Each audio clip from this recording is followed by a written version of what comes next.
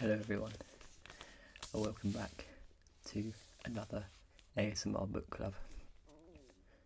I know that it's been a little while since I've done one of these, but I'm trying to keep these spread out. I'm going to just keep it going as long as I can really, and not bombard you with too much sort of reading books.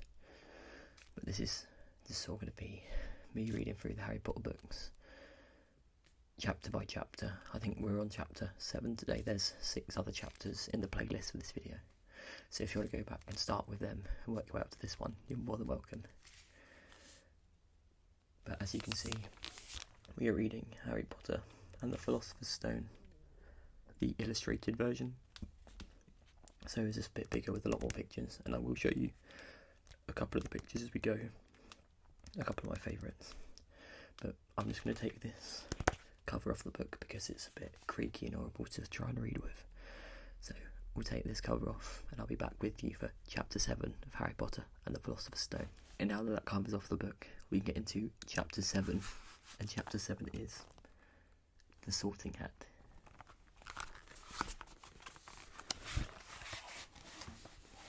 The door swung open at once. A tall black-haired witch in emerald green robes stood there.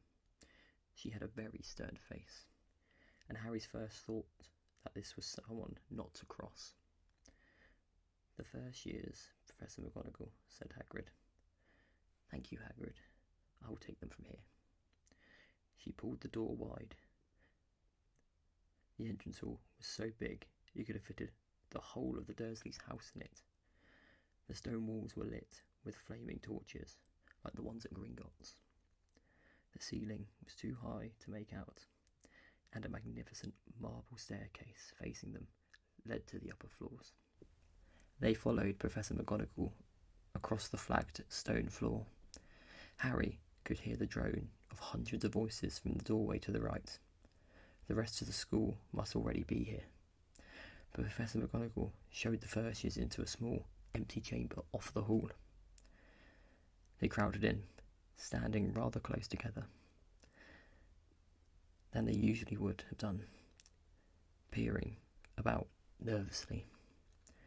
"Welcome to Hogwarts," said Professor McGonagall. "The start of term banquet will begin shortly, but before you take your seats in the Great Hall, you will be sorted into your houses. The sorting is a very important ceremony, because while you are here, your houses will be something like your family within Hogwarts. You'll have classes with the rest of your house, sleep in your house dormitory, and spend free time in your house common room. The 4 houses are called Gryffindor, Hufflepuff, Ravenclaw, and Slytherin. Each has its own noble history and has produced outstanding witches and wizards. While you're at Hogwarts, your triumphs will earn your house points, while any rule breaking will lose your house points. At the end of the year, the house with the most points in the award would be awarded the House Cup, a great honour. I hope each of you will be a credit to whichever house becomes yours. The sorting ceremony will take place in a few minutes in front of the rest of the school. I suggest you all smarten yourselves up as much as you can while you're waiting." Her eyes lingered for a moment on Neville's cloak, which was fastened under his left ear, and on Ron's smudged nose. Harry nervously tried to flatten his hair. "I shall return when we are ready for you," said Professor McGonagall. "Please wait quietly." She left the chamber. Harry swallowed. "How exactly did they sort us into houses?" he asked Ron. "Some sort of test, I think. Fred said it hurts a lot, but I think he was just joking." Harry's heart gave a horrible jolt. A test? In front of the whole school? But he didn't know of any magic yet. What on earth would he have to do? He hadn't expected something like this the moment they arrived. He looked around anxiously and saw that everyone else looked terrified too. No one was talking much, except Hermione Granger, who was whispering very fast all about the spells she'd learned and wondering which one she'd need. Harry tried hard not to listen to her, He'd never been more nervous. Never. Not even when he'd had to take the school report home to the Dursleys saying that he'd somehow turned his teacher's wig blue. He kept his eyes fixed on the door. Any second now, Professor McGonagall would come back and lead him down to his doom. Then something happened which made him jump about, a foot in the air. Several people behind him screamed. "What the?" he gasped. So did the people around him. About 20 ghosts had just streamed through the back wall, pearly white and slightly transparent. They glided across the room, talking to each other, hardly glancing at the first years. They seemed to be arguing. What looked like a fat little monk was saying, "Forgive and forget, I say. We ought to give him a second chance. My dear Friar, haven't we given Peeves all the chances he deserves? He gives us all a bad name, you know. He's not really even a ghost. I say, what are you all doing here?" A ghost wearing a ruff and tights had suddenly noticed the first years. Nobody answered.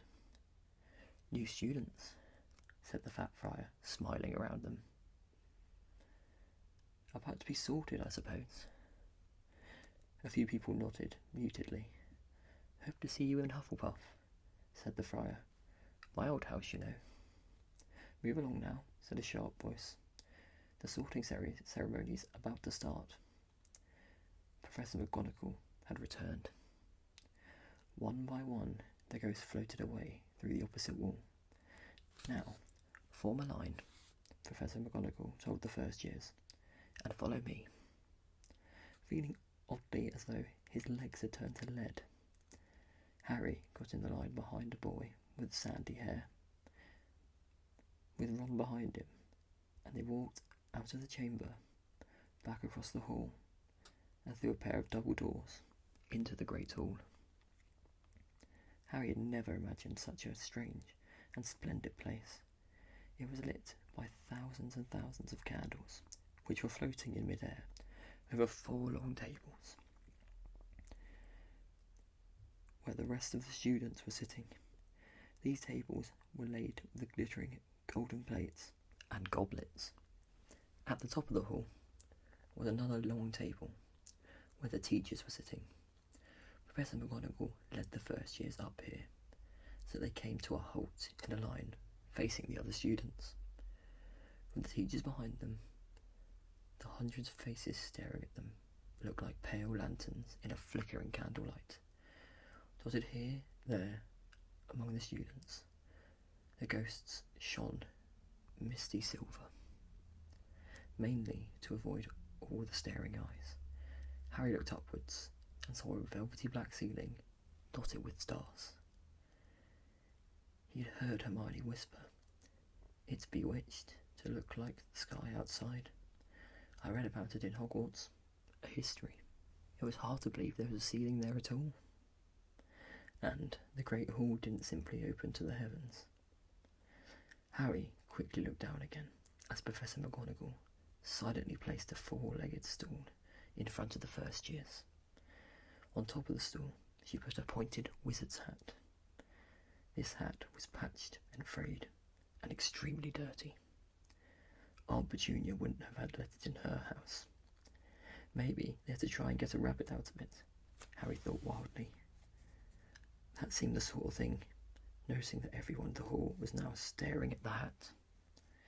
He stared at it too, for a few seconds.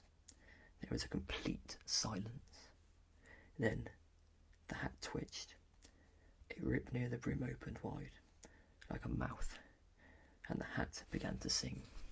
"Oh, you may think I'm pretty, but don't judge on what you see. I'll eat myself if you can find a smarter hat than me. You can keep your bowlers black, your top hat sleek and all, for I'm the Hogwarts sorting hat, and I can cap them all. There's nothing hidden in your head the sorting hat can't see, so try me on and I will tell you where you ought to be. You might belong in Gryffindor, where dwell the brave at heart, Their daring, nerve and chivalry set Gryffindors apart. You might belong in Hufflepuff, where they're just and loyal. Those patient Hufflepuffs are true and unafraid of toil.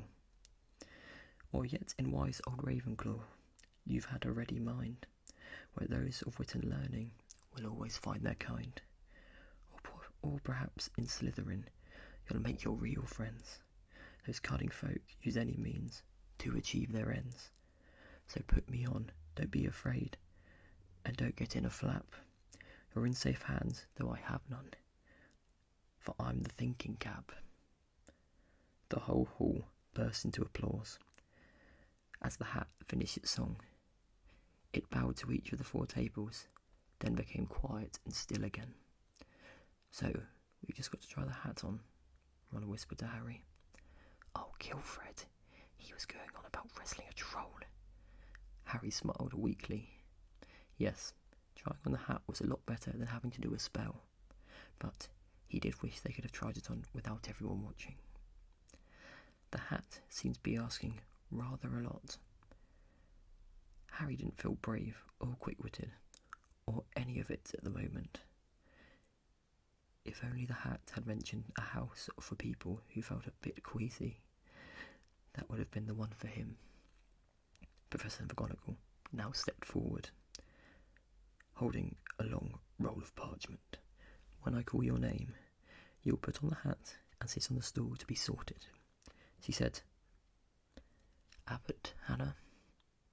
A pink-faced girl with blonde pigtails stumbled out of line, put on the hat, which fell right down over her eyes, and sat down.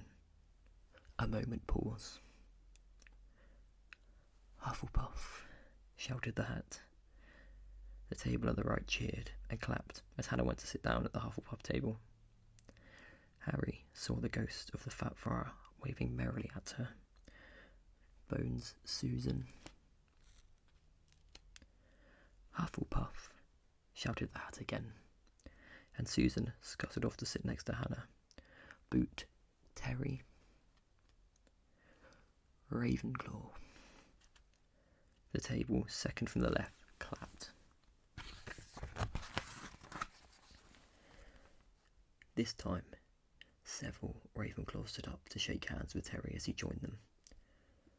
Brocklehurst Mandy went to Ravenclaw too, but Brown Lavender became the first new Gryffindor, and the table on the far left exploded with cheers. Harry could see Ron's 2 brothers catcalling. Bulstrode Millicent then became a Slytherin. Perhaps it was Harry's imagination. After all, he'd heard about Slytherin, but he thought they looked an unpleasant lot. He was starting to feel definitely sick now. He remembered being picked for teams during sports lessons at his old school. He'd always been the last to be chosen. Not because he was no good, but because no one wanted Dudley to think they liked him. Finch Fletchley Justin. Hufflepuff. Sometimes Harry noticed the hat shouted out the house at once, but others it took a while to decide. Finnegan Seamus, the sandy-haired boy next to Harry in line, sat on the stool for almost a whole minute before the hat declared him Gryffindor. Granger Hermione. Hermione always ran to the stool and jammed the hat on eagerly on her head. Gryffindor, shouted the hat. Ron groaned. A horrible thought struck Harry, as horrible thoughts always do when they're very nervous. What if he wasn't chosen at all? What if he just sat there with the hat over his eyes for ages, until Professor McGonagall jerked it off his head and said there'd obviously been a mistake, and he'd better get back on the train. When Neville Longbottom, the boy who kept losing his toad, was called, he fell over on his way up to the stool. The hat took a long time to decide with Neville, when it finally shouted, Gryffindor. Neville ran off, still wearing the hat, and had to jog back amid the gales of laughter to give it to McDougal Morag. Malfoy swaggered forward when his name was called. and got his wish at once. The hat had barely touched his head when it screamed, "Slytherin." Malfoy went to join his friends, Crabbe and Goyle, looking pleased with himself. There weren't many people left now. Moon Knott, Parkinson, then a pair of twin girls, Patil and Patil, then Perks Sally Ann, and then at last, Potter Harry. As Harry Potter stepped forward, whispers suddenly broke out, like a little hissing fires all over the hall. "Potter, did you say? The Harry Potter?" The last thing Harry saw before the hat dropped over his eyes was a hall full of people craning to get a good look at him. Next second, he was looking at the black inside of the hat. He waited. A small voice in his ear. "Difficult. Very difficult. Plenty of courage, I see. Not a bad mind either. There's talent, oh my goodness, yes. And a nice thirst to prove yourself. Now, that's interesting. So where shall I put you?" Harry gripped the edge of the stool and thought, "Not Slytherin. Not Slytherin." "Not Slytherin, eh?" said the small voice. "Are you sure? You could be great, you know.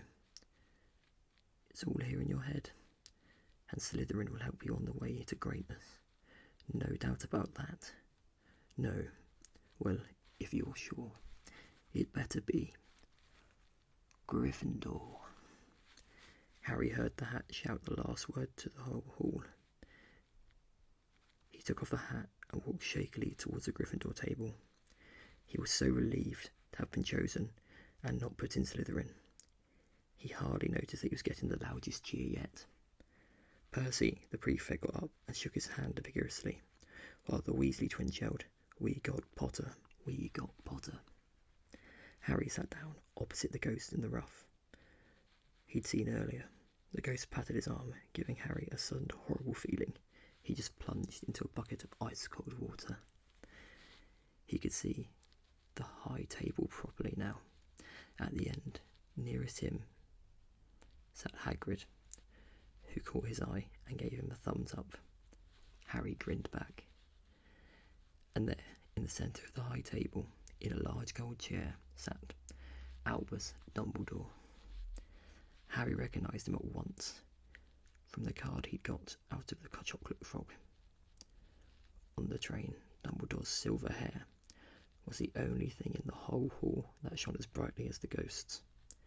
Harry spotted Professor Quirrell too, the nervous young man from the Leaky Cauldron.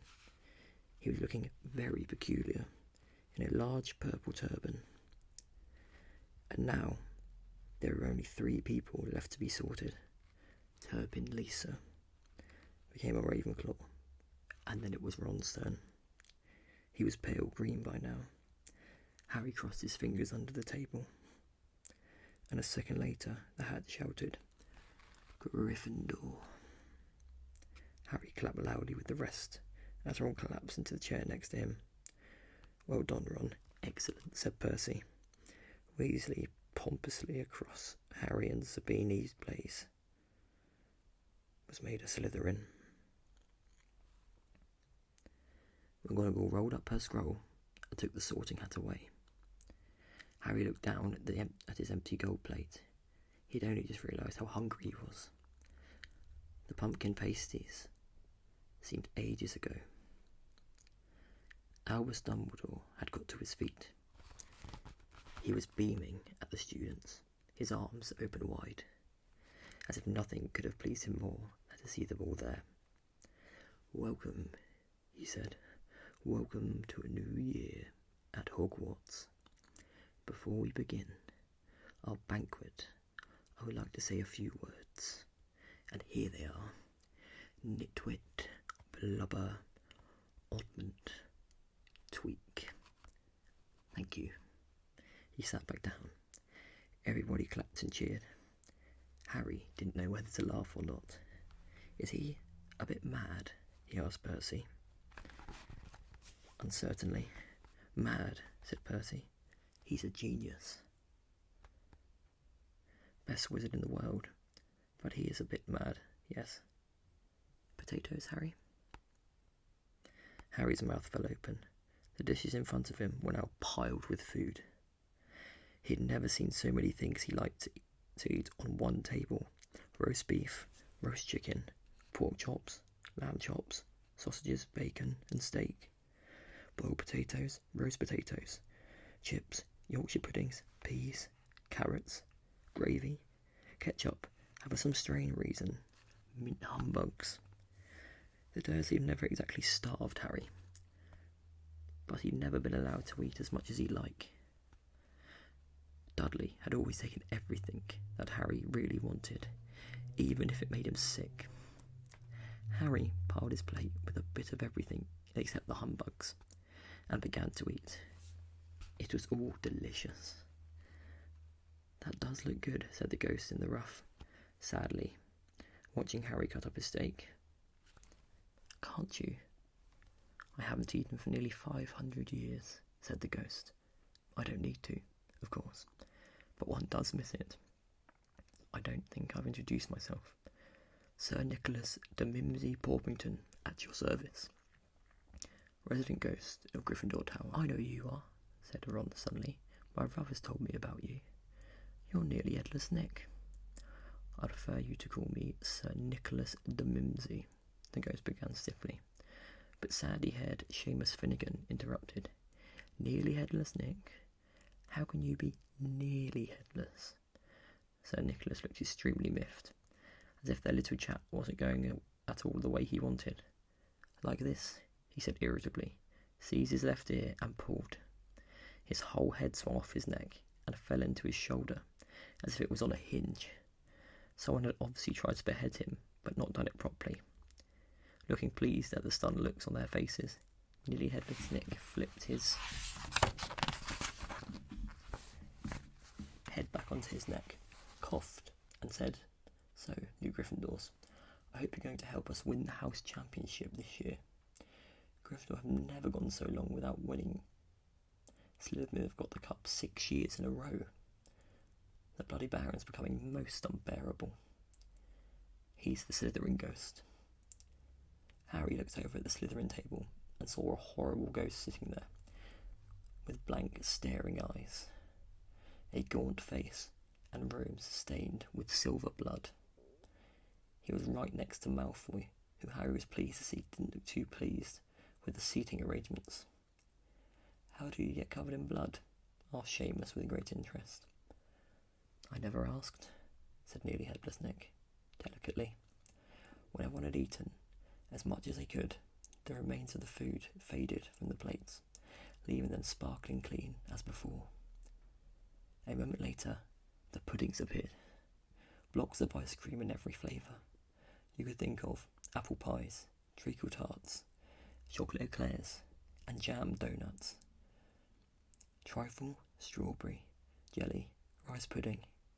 As Harry helped himself to treacle tart, the talk turned to their families.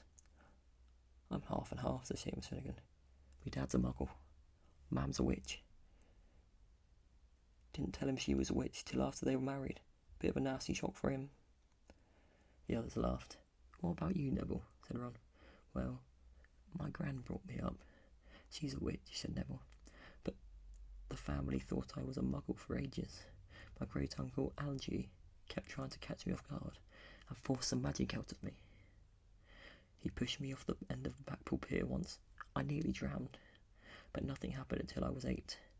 Great-uncle Algie came round for a tea, and he was hanging me out the upstairs window by my ankles when my great-auntie Enid offered him a meringue, and he accidentally let go. But I bounced all the way down the garden into the road. They were all really pleased. Gran was crying, she was so happy. And you should have seen their faces when I got in here. They thought I might not be magic enough to come. You see, Great-uncle Algie was so pleased, he bought me my toad. On Harry's other side, Percy Weasley and Hermione were talking about lessons. I do hope they start straight away. There's so much to learn. I'm particularly interested in transfiguration, you know. Turning something into something else, of course, it's supposed to be very difficult. You'll be starting small, just matches into needles, and that sort of thing. Harry, who was starting to feel warm and sleepy, looked up at the high table again. Hagrid was drinking deeply from his goblet. Professor McGonagall was talking to Professor Dumbledore, Professor Quirrell.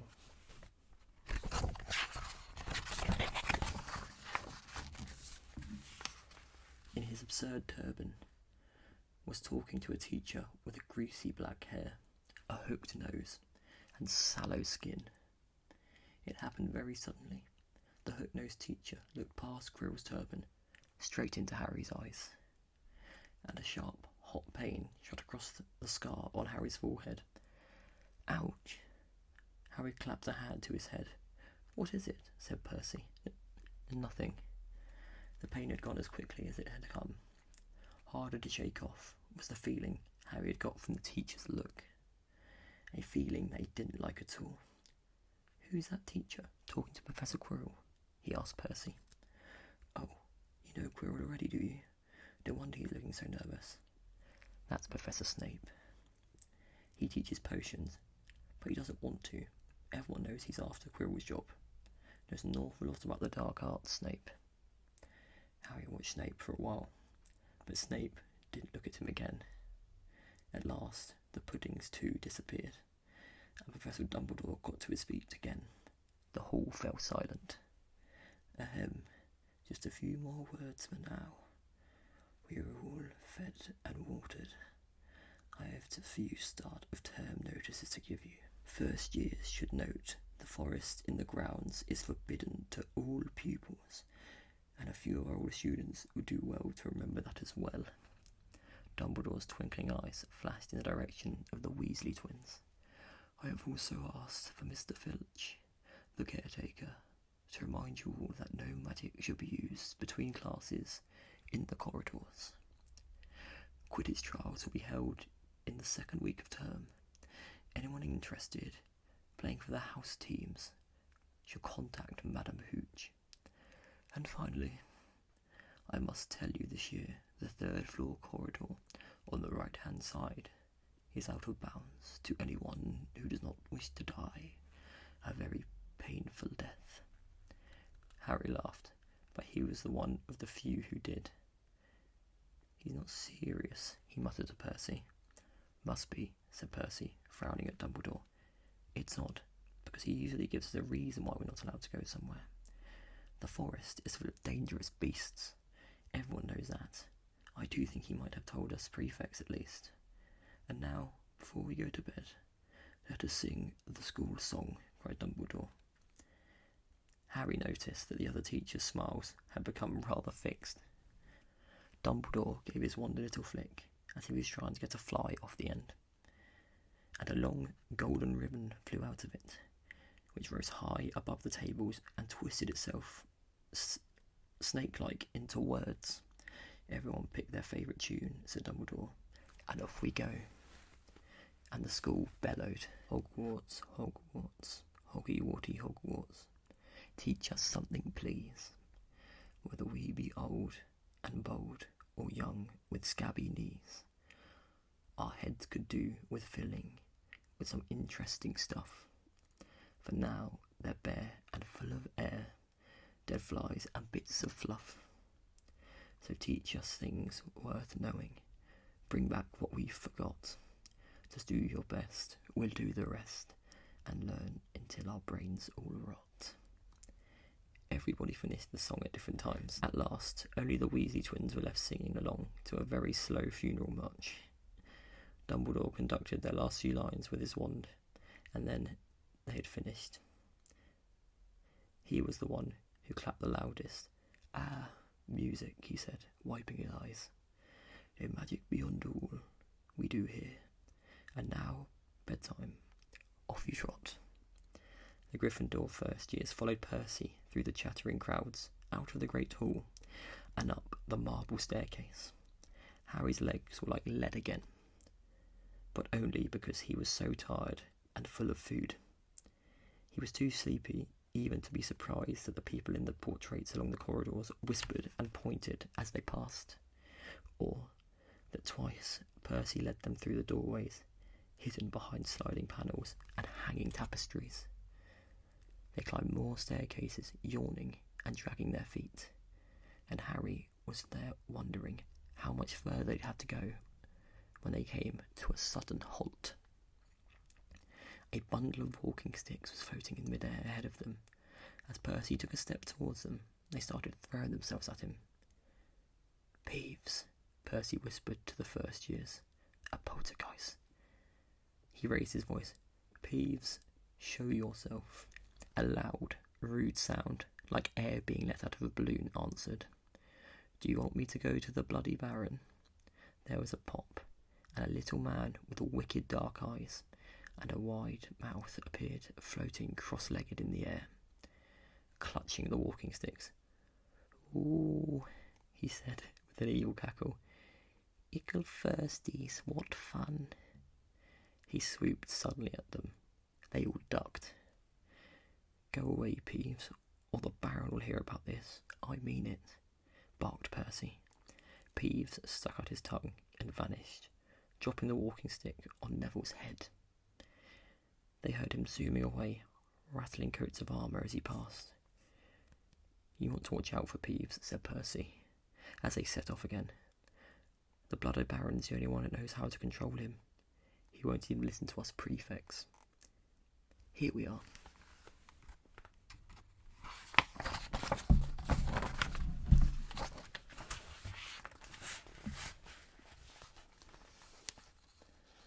At the end of the corridor hung a portrait of a very fat woman in pink silk dress. "Password," she said. "Caput Draconis," said Percy, and the portrait swung forward to reveal a round hole in the wall. They all scrambled through it. Neville needed a leg up, and found themselves in the Gryffindor common room. A cosy, round room full of squashy armchairs. Percy directed the girls through one door to their dormitory, and the boys through another. At the top of the spiral staircase, they were obviously in one of the towers. They found a bed at last. 5 four-posters hung with deep red velvet curtains. Their trunks had already been brought up, too tired to talk much. They pulled on their pyjamas and fell into bed. "Great food, isn't it?" Ron muttered to Harry through the hangings. "Get off, Scabbers, he's chewing my sheets." Harry was going to ask Ron if he had any of the treacle tart, but he fell asleep almost at once.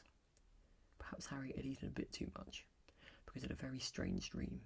He was wearing Professor Quirrell's turban, which kept talking to him, telling him he must transfer to Slytherin at once, because it was his destiny. Harry told the turban he didn't want to be in Slytherin.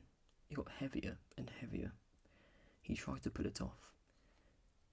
It tightened painfully, and there was Malfoy laughing at him as he struggled with it. Then Malfoy turned into a hook-nosed teacher, Snape, whose laugh became high and cold. There was a burst of green light, and Harry woke, sweating and shaking. He rolled over and fell asleep again. And when he woke the next day, he didn't remember the dream at all. And that's us, the end of chapter 7. We'll move on to the next chapter in the next video of this, which will be chapter 8, the Potions Master. So I'm going to put our little bookmark in there, and I'm just going to go back through and show you some of the illustrations that I did enjoy. There is a couple in here. And the first one is this one here, which is all of the ghosts coming in behind the first years in the hall. And I thought that was like a really quite nice picture to look at. And then the second one is Harry in the sorting hat. So he's got a nice sort of decorative hat on just above his eyes, and you can see sort of the slit where the mouth is and stuff like that. So I thought that gives some really nice imagery to the book. But I hope you guys did enjoy this. I'm going to sort of try and do this maybe once a fortnight, once every 2 weeks-ish if I can. But if not, I'll have gaps in between. Maybe we'll see if we can draw out a bit and have the longest reading of a Harry Potter book going, and hopefully finish in like a year. But it's going to be a recurring series, but I'm going to spread it out a little bit. I'm not going to bombard you with it. But I'm going to leave that there, and we'll be back with another episode soon. So I hope you enjoyed. I hope you relaxed. Sleep well. And I'll catch you next time.